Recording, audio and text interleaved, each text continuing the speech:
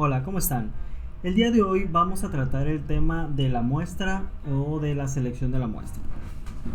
Antes que nada, tenemos que iniciar diferenciando de lo que es nuestra población o de lo que es nuestra muestra.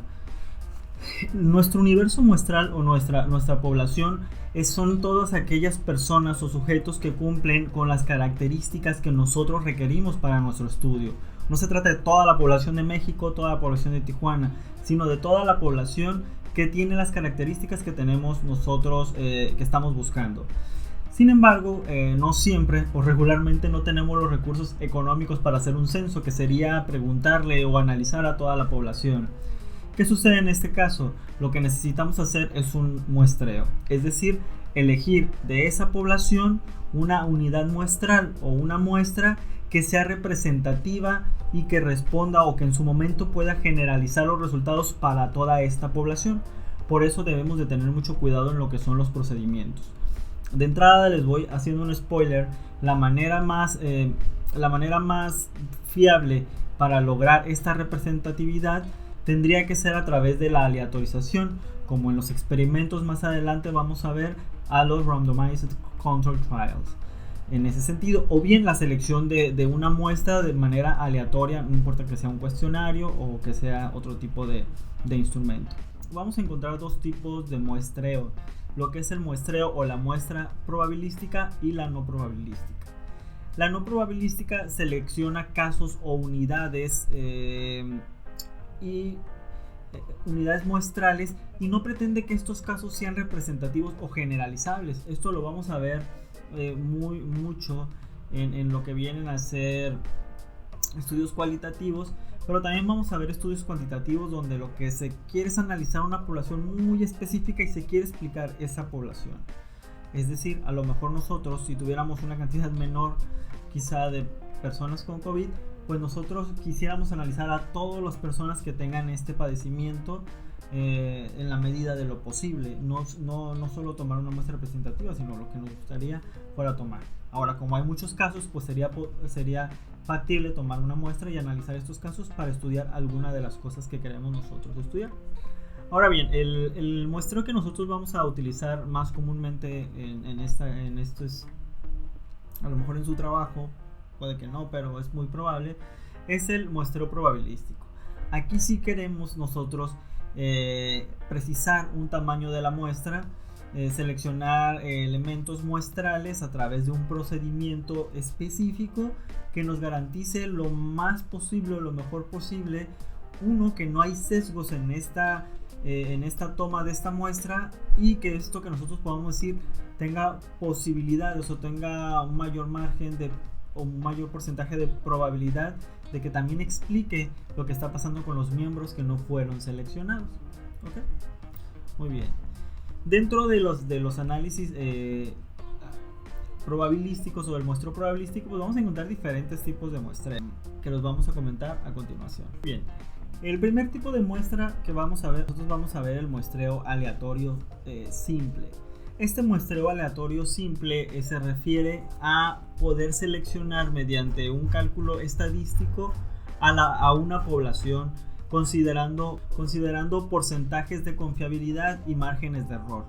Entonces, aquí nosotros, por ejemplo, si tenemos 100 personas en la población que queremos analizar, queremos extraer una población que sea representativa. Mientras más pequeña sea la población, pues vamos a ocupar más elementos o más personas para que nos respondan o que sean representativos. Aquí tendremos que regularmente ustedes van a identificar que dependiendo del área en la que su estudio se está desarrollando, pues vamos a ver márgenes de error que va del 1, 5 al 10%.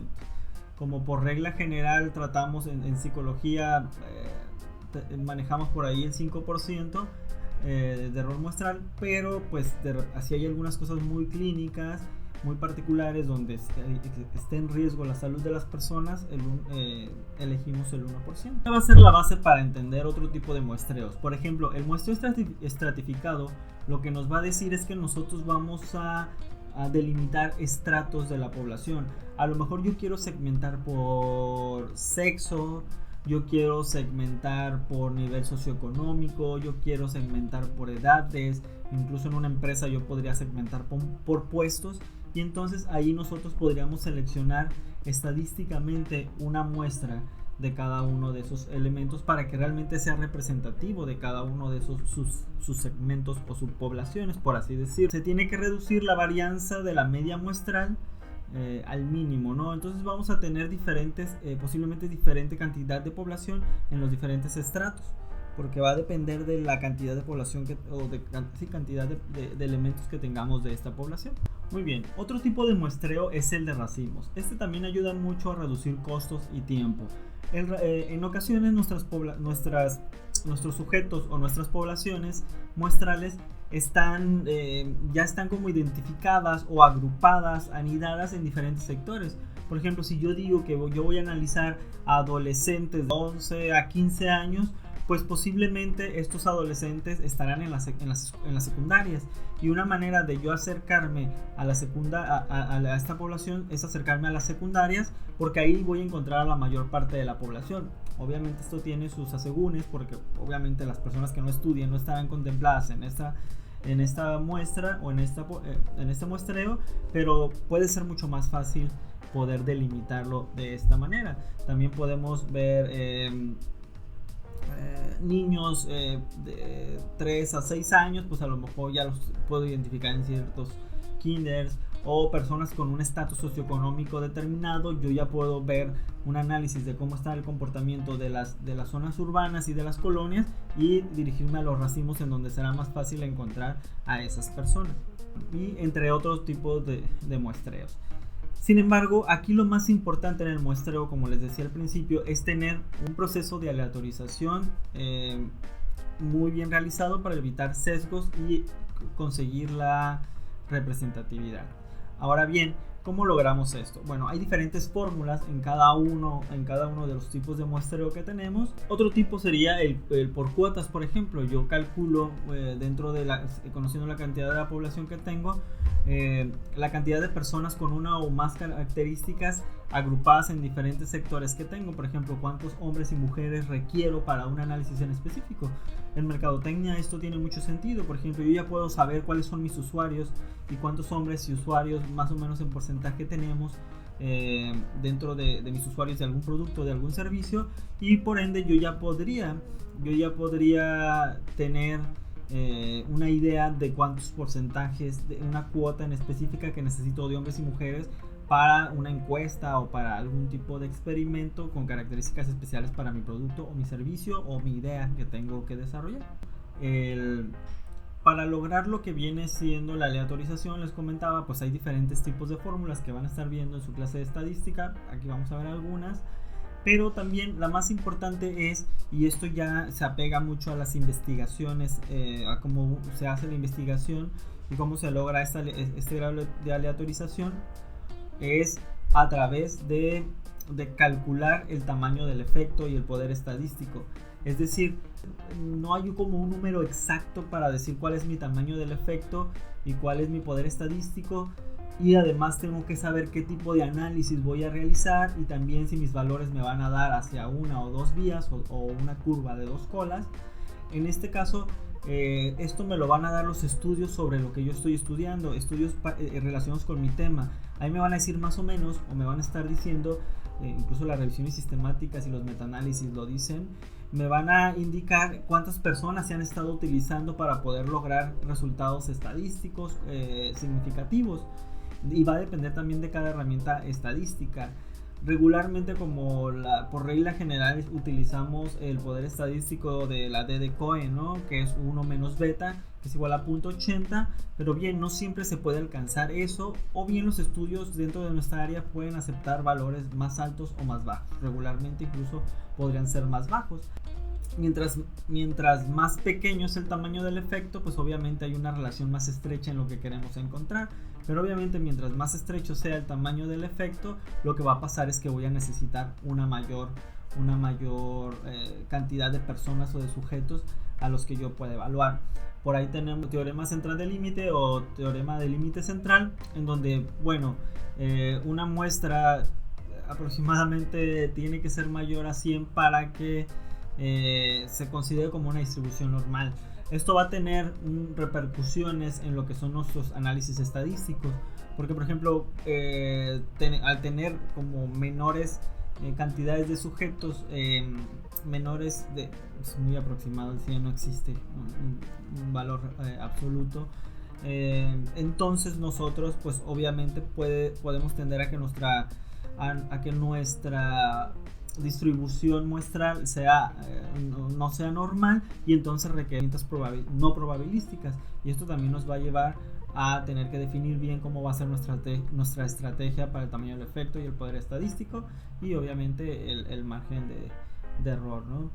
Entonces una manera que podemos hacer como para irnos dando una idea muy central de cuál es la cantidad de personas o nuestra muestra que tenemos que hacer, porque lo más importante es eso, que sea representativo, y aquí va a entrar la aleatorización, sí o sí tendrá que ser con el hecho de poder definir los estudios previos al de nosotros, cuál ha sido el tamaño del efecto que han estado utilizando, o es decir, la cantidad de personas con las que han estado trabajando, y dos, que nosotros logremos establecer a priori esto, porque posteriormente no siempre se puede. Hay estudios que ni siquiera están hechos para eso. A lo mejor nosotros queremos hacer un estudio longitudinal, a lo mejor queremos hacer un estudio de caso muy específico, en donde esto no va a ser una opción. Entonces, así como a modo introductorio, yo les recomiendo, por ejemplo, usar lo que es el G-Power, que descarguen el G-Power, G*Power, y como lo vamos a ver a continuación.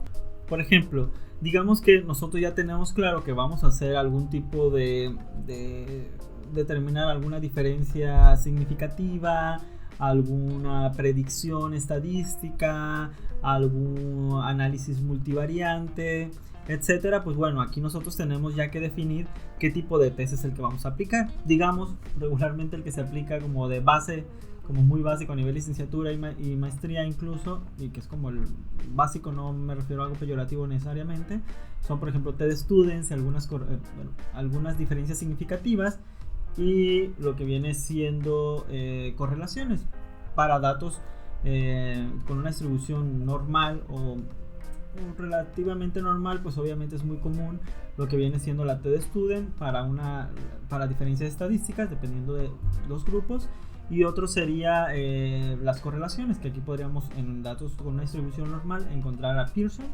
y en una distribución no normal pues podríamos encontrar más fácilmente, no paramétrica, como lo viene siendo Spearman. Digamos que aquí vamos a hacer algo muy sencillo como una correlación, ¿no? Una correlación para ver una correlación biserial, y donde vamos a encontrar que tenemos dos vías, es decir, que puede haber una correlación negativa y una correlación positiva. Entonces aquí vamos a hacer un test a priori, donde conocemos el tamaño del efecto. Digamos que un ideal sería 0.2, pero ya les dije, tiene que ver de su área, y digamos que siguiendo la D de Cohen seguimos el 0.80, ¿no? Con un margen de error de 5, o de 0.05, perdón. Entonces si calculamos, ojo, aquí también vamos a tener que considerar la división de las dos colas, pero por el momento de manera muy general lo vamos a ver de esta manera. Vamos a calcular, y nosotros, si quisiéramos con esta información, estaríamos viendo un tamaño muestral de 191 participantes, lo cual puede parecer poco o mucho dependiendo de su estudio.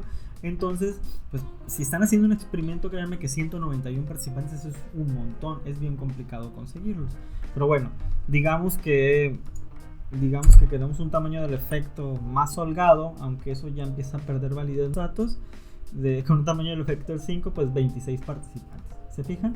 Pero bueno, ya dependerá el área. Si el área no ha estado manejando este tipo de porcentaje en el tamaño del efecto, por ejemplo, pues difícilmente los van ustedes a publicar o a tomar en cuenta en diferentes lugares, ¿no?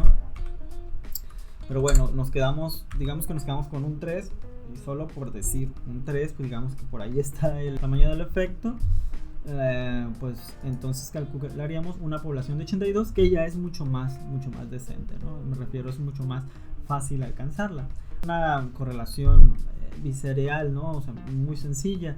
Pero ya si queremos algunos test basados en la chi cuadrada, ya si estamos haciendo alguna estadística más compleja, basado en regresiones y esto, entonces pues bueno, nuestra cantidad que necesitaríamos aumenta, ¿no? Porque las herramientas estadísticas que estaríamos utilizando no podrían trabajar con esa cantidad de datos. Entonces, esta es una manera. Primero, entonces, ustedes lo que van a tener que aprender, y en su momento ya lo harán, tendrá que ser qué tipo de test o de pruebas probabilísticas son utilizadas para qué. Es decir, si ustedes quieren comparar, si ustedes quieren relacionar, correlacionar, si ustedes quieren predecir, si ustedes quieren confirmar, si ustedes quieren analizar una estructura factorial, etc. Esto ya les va a dar una idea de qué tipo de herramienta van a utilizar en base a si es la F, la T, la chi cuadrada o los valores Z. Entonces, conociendo esto, conociendo el tamaño del efecto de los estudios, conociendo el poder estadístico, que regularmente por ahí vamos a andar en el punto 80, pues entonces ya van a tener mayor certeza a priori de la población, y esto va a ser fundamental para que su estudio realmente sea generalizable y se tome en cuenta dentro de la comunidad científica y dentro del área en la que ustedes están tratando de involucrarse. Y bueno, esta es una como brevísima introducción a lo que es el muestreo, que ya viene dentro del tema métodos, ¿ok? Entonces aquí ya estamos entrando al tema de métodos. Bueno, esto sería todo por esta ocasión y los veo después con una explicación. Nos vemos. Bye.